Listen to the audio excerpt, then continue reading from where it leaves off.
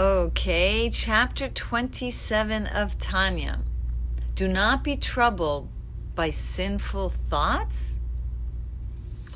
Even if you were to struggle with sinful thoughts all day, this may be the very purpose of your creation. The subjugation of evil through the suppression of these thoughts.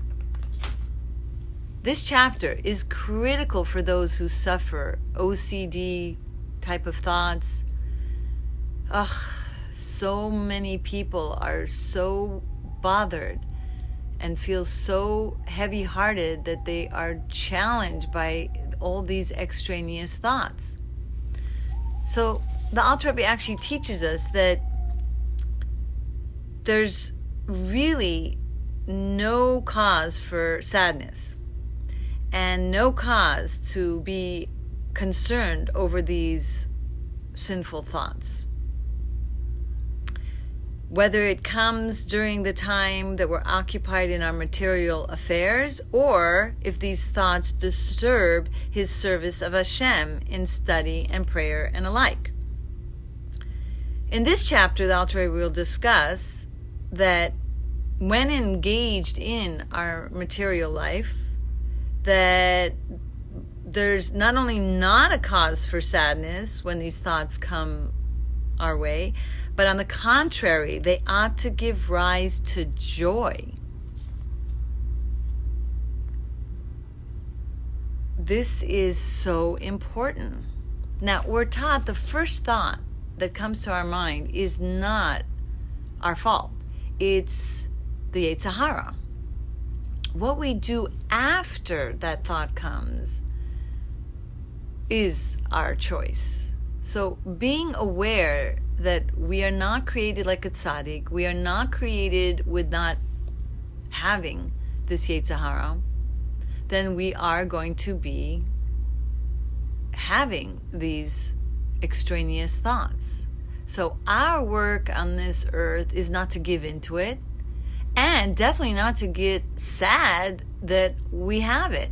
In fact, we're taught that we can have joy. Why, wouldn't you ask? It's the joy that we are not giving in to those thoughts. It's the joy that comes from the fact that we are able to push away those thoughts and not act upon them. Because it's a mitzvah.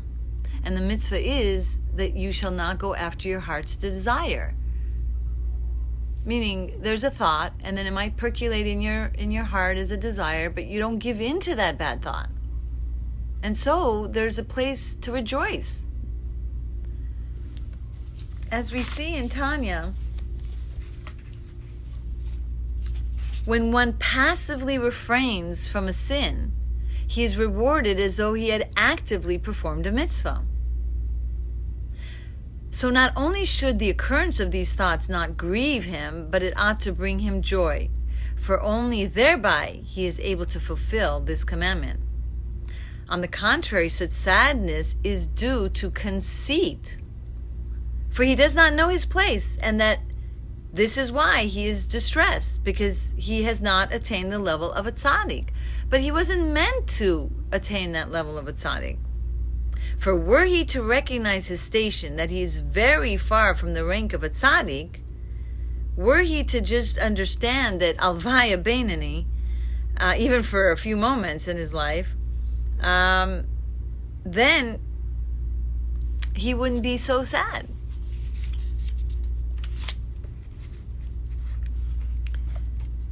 His job on this earth is to subdue this evil impulse and to subdue the thought that arises from the heart to the mind, and to completely avert his mind from it, repulsing it, as it were, with both hands. Because he has no control over the occurrence of these evil thoughts in his mind, but only over his acceptance or rejection of these thoughts. Because with every repulsion of this thought from his mind, the Sitra Achra is suppressed here in this world.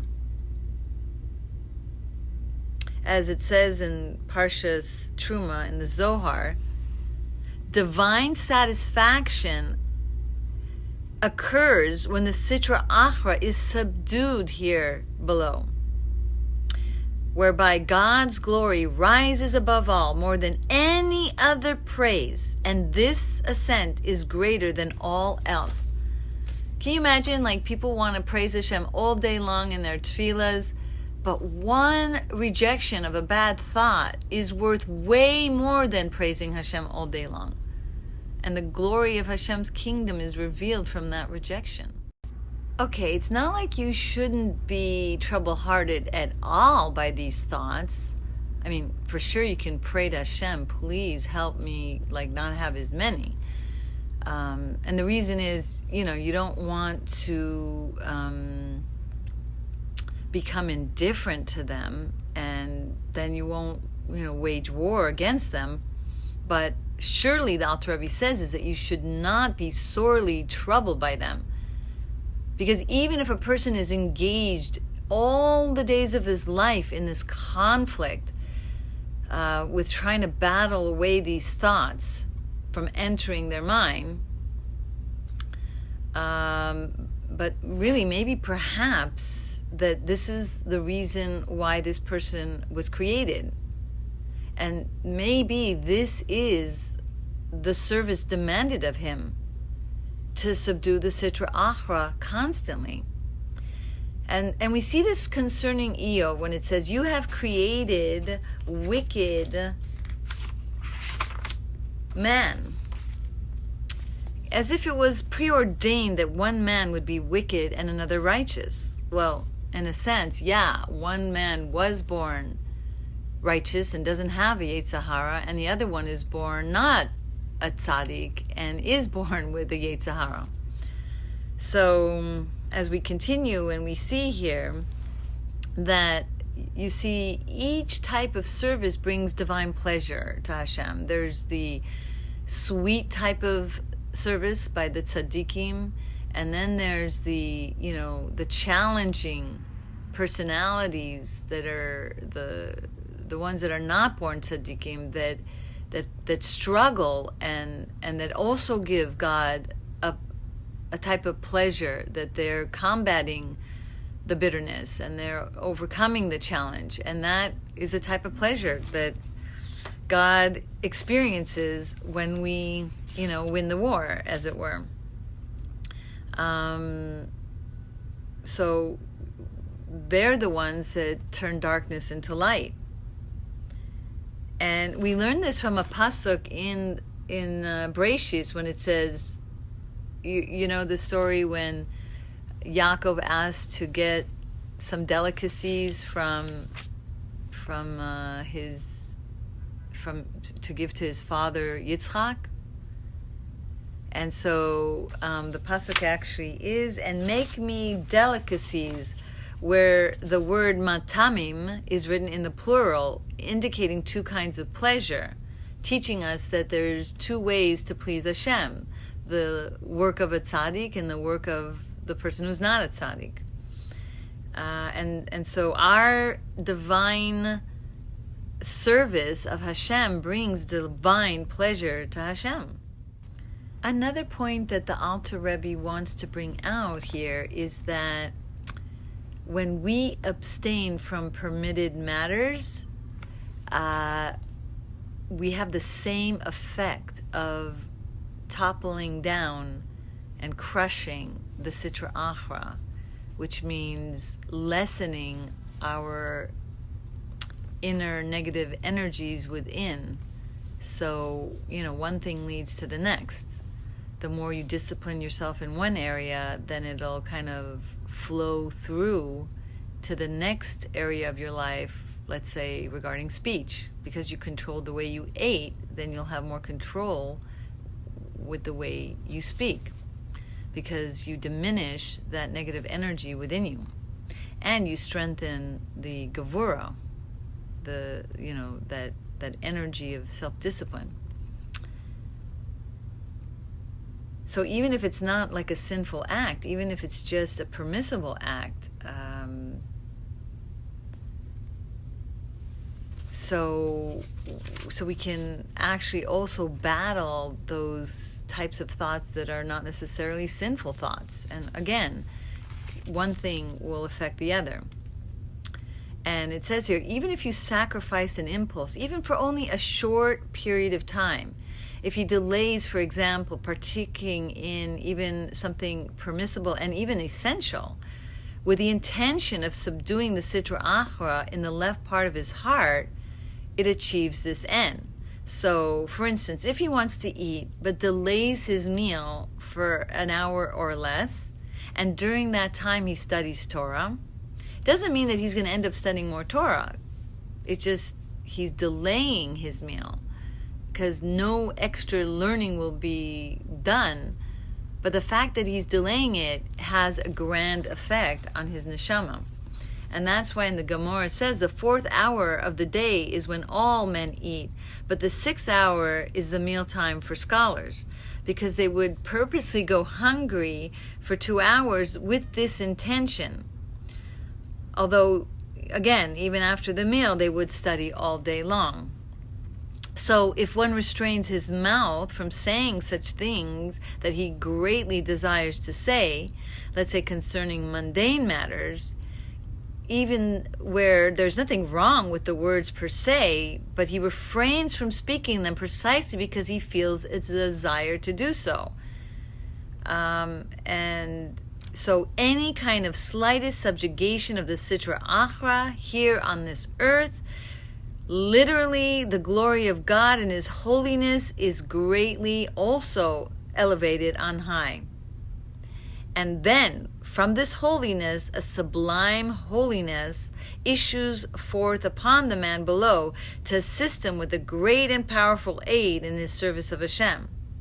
And that's why it says, if a man consecrates himself in a small measure here below, he is sanctified greatly above. Now, we will discuss this in greater detail here. You know, when you look at the Shema and it says, and not to go after your heart's desire, and then soon after in the 3rd paragraph it says, and you will be holy. You separated yourself from your desire. So then measure upon measure, God sees you separated yourself, then God says, I'm going to help separate you from your Sitra Achra. And that way, Hashem gives you an extra blessing and an extra koach, an extra strength to be more tzaddik-like, because He then separates you from your negativity. And the word kadosh actually means the word not only holy, but to separate. And so now, every day when you say your Shema, have that in mind. That just a little effort on your part to separate yourself from what you want to indulge in, or even if it's not sinful, you create an arousal from above to help God help you separate from your negative energies. And you'll see you will be more holy. Yep, that is what the Tanya teaches us this chapter. I hope you can put it to practical use. I hope you do not get depressed when you have these thoughts. I hope you come to terms with this may be your lot for now. But I do have to say, there are things you can do to diminish your thoughts from being, obtrusive. First of all, when you refine the way you speech, I remember the Baal Shem Tov teaches us in his Will and Testament that it affects your mind, so you won't have as many extraneous thoughts. And the Rebbe Rashav actually says in Kuntras Avoda, if you refine the way you eat, then you will refine your thought processes. So there are things you can do to diminish these thoughts. Of course, flood more your mind with more Torah learning, and definitely meditation and davening also has its positive effect, as we have mentioned previously.